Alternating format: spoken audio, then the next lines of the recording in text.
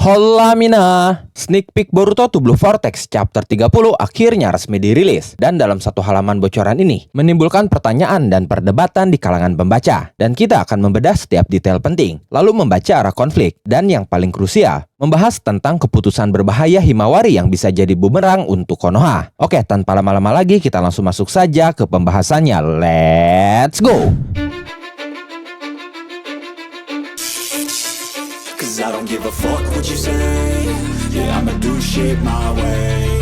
So you can go kick rocks, I'ma stack bricks up, build what I want to make.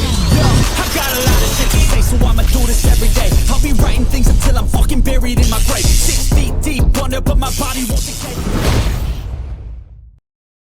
Boruto to Blue Vortex chapter 30 sendiri dijadwalkan akan rilis secara resmi pada hari Selasa tanggal 20 Januari 2026 jam 10 malam waktu Indonesia Barat di Manga Plus. Tapi walaupun baru satu halaman bocoran yang tersedia, informasi yang disampaikan halaman ini luar biasa menimbulkan perdebatan. Kenapa? Karena untuk pertama kalinya, kita melihat Himawari benar-benar berdiri di garis depan perang. Bukan sebagai korban, bukan sebagai karakter pendukung, tapi sebagai senjata utama. Halaman sneak peek ini melanjutkan konflik di salah satu distrik Konoha yang kini mulai dikepung oleh para Mamushi. Himawari sebelumnya sempat menyerang mereka dan berhasil melepaskan tendangan yang membuat Mamushi terhempas. Tapi Mamushi itu justru membelah diri lagi, dan Mamushi yang baru saja lahir langsung menyerang Himawari. Begitu Mamushi datang ke arahnya, Himawari langsung menyadari bahaya. Dia pun berhasil menghindar tepat waktu dan memilih untuk mundur secara taktis. Ini sangat penting karena artinya Himawari kini tidak asal bertarung dan mengamuk dengan kekuatan baru yang dia dapatkan, tapi dia mulai menjadi dewasa dan mulai bisa memahami situasi medan perang. Lalu tidak lama kemudian, bantuan pun datang. Shikadai dan Chocho masuk ke dalam medan tempur,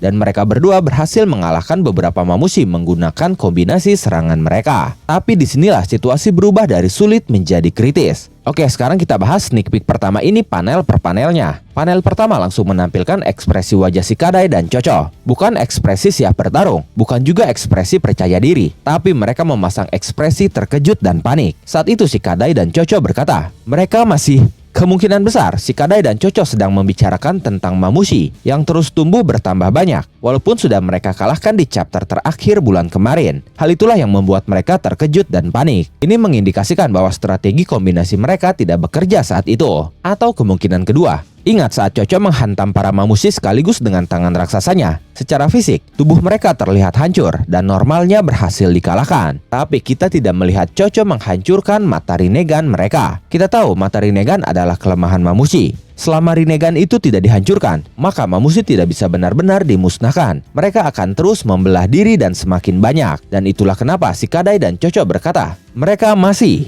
Kemungkinan lanjutan dari ucapan mereka berdua adalah hidup. Mereka masih hidup. Hal itu didukung dari ekspresi Kashin Koji yang memantau pertarungan di markas. Di saat Inojin senang dan puas dengan hasil kerjasama antara Shikadai dan Chocho yang berhasil menghantam para Mamushi. Tapi Kashin Koji hanya diam membisu tanpa ekspresi apapun. Tidak ada reaksi dan tidak ada komentar. Hal itu terjadi karena Kashin Koji tahu pasti bahwa para Mamushi itu belum dikalahkan. Alasannya, karena Rinnegan mereka tidak hancur, sehingga mereka semua akan bangkit lagi dan terus membelah diri. Bisa jadi saat itu di dalam hatinya Koji berkata, apa yang kalian anggap sukses sebenarnya hanyalah jeda sebelum kehancuran sebenarnya datang. Lalu di panel berikutnya, Himawari yang sebelumnya berada di posisi belakang tiba-tiba berteriak, minggirlah! Ini bukan teriakan panik, ini adalah keputusan. Himawari saat itu menyadari satu hal, bahwa serangan biasa tidak akan cukup untuk mengalahkan para Mamushi. Dan di panel terakhir, kita mendapatkan kejutan terbesar dalam sneak peek ini. Himawari bersiap melepaskan Bijudama. Dia terlihat sadar, penuh konsentrasi, dan tahu apa yang akan dia lepaskan. Hal ini menandakan lonjakan besar dalam perkembangan kekuatannya. Tapi jika kalian perhatikan dengan teliti, ada perbedaan yang cukup mencolok dari Bijudama yang akan dia lepaskan saat ini, yaitu pada bentuk proses terciptanya Bijudama. Saat Himawari pertama kali menciptakan Bijudama ketika melawan Jura, Bijudamanya terbentuk seperti sebuah pusaran cakra berputar yang kemudian memadat menjadi Bijudama. Tapi kali ini bentuknya seperti cakra yang berkumpul dalam sebuah garis lurus, mirip seperti proses terciptanya Bijudama milik Jura. Nah, apakah ini ada kaitannya dengan siapa yang menciptakan Bijudama itu? Maksud saya, siapa yang mengendalikan tubuh Himawari dan menciptakan Bijudama itu? Ketika melawan Jura, kita tahu Kurama berperan penting di sana. Saat itu Himawari baru mengetahui dia memiliki kekuatan Kyuubi. Maka dari itu, Kurama ikut bertarung dan membantu mengarahkan atau mengendalikan tubuh Himawari. Nah, saat ini, setelah Himawari berlatih menggunakan kekuatan Kyuubi, Himawari sudah bisa menggunakan kekuatan Kyuubi itu tanpa bantuan Kurama lagi. Jadi mungkin karena hal itulah, muncul perbedaan dalam bentuk proses terciptanya Bijudama.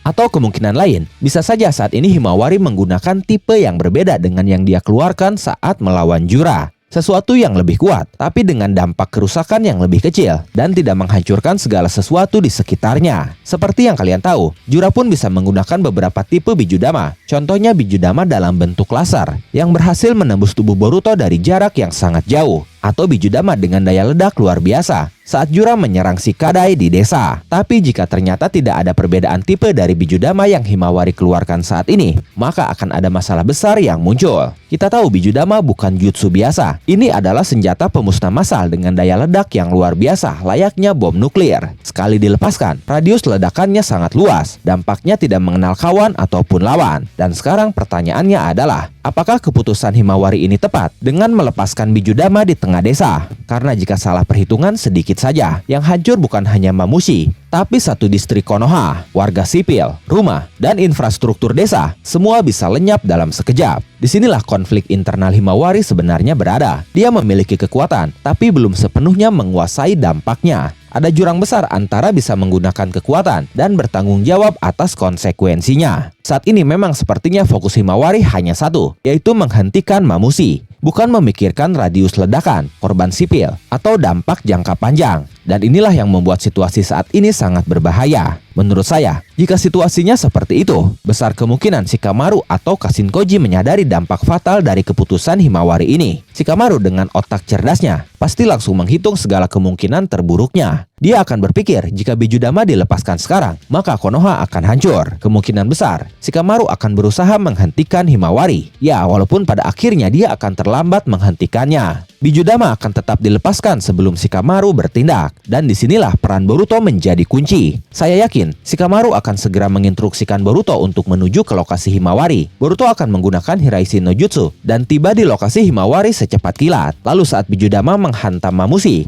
Boruto akan mengaktifkan karmanya. Bukan untuk menyerang, tapi untuk menyerap sisa ledakan Bijudama. Dengan cara inilah Mamushi akan tetap musnah, tapi ledakan tidak akan meluas dan Konoha akan terselamatkan. Tapi ini baru spekulasi dan asumsi saja. Kita harus melihat chapter penuhnya untuk mengetahui apa yang akan terjadi nanti. Oke, bagaimana menurut kalian? Jika kalian memiliki pendapat, asumsi, spekulasi, dan bahkan teori, kalian bisa tuliskan semuanya di kolom komentar. Terima kasih sudah menonton video ini sampai akhir. Mohon maaf jika ada kesalahan dalam narasi maupun dalam terjemahan dan penyebutan istilah asing. Tetap nantikan konten Boruto to Blue Vortex dan konten menarik lainnya hanya di Animangatik. Sekali lagi terima kasih dan sampai jumpa di video selanjutnya. バイブスを感じて案じてアニメの歌を一緒に乗ろう漫画のページがめくれて生き生きと旅に参加して私たちと共に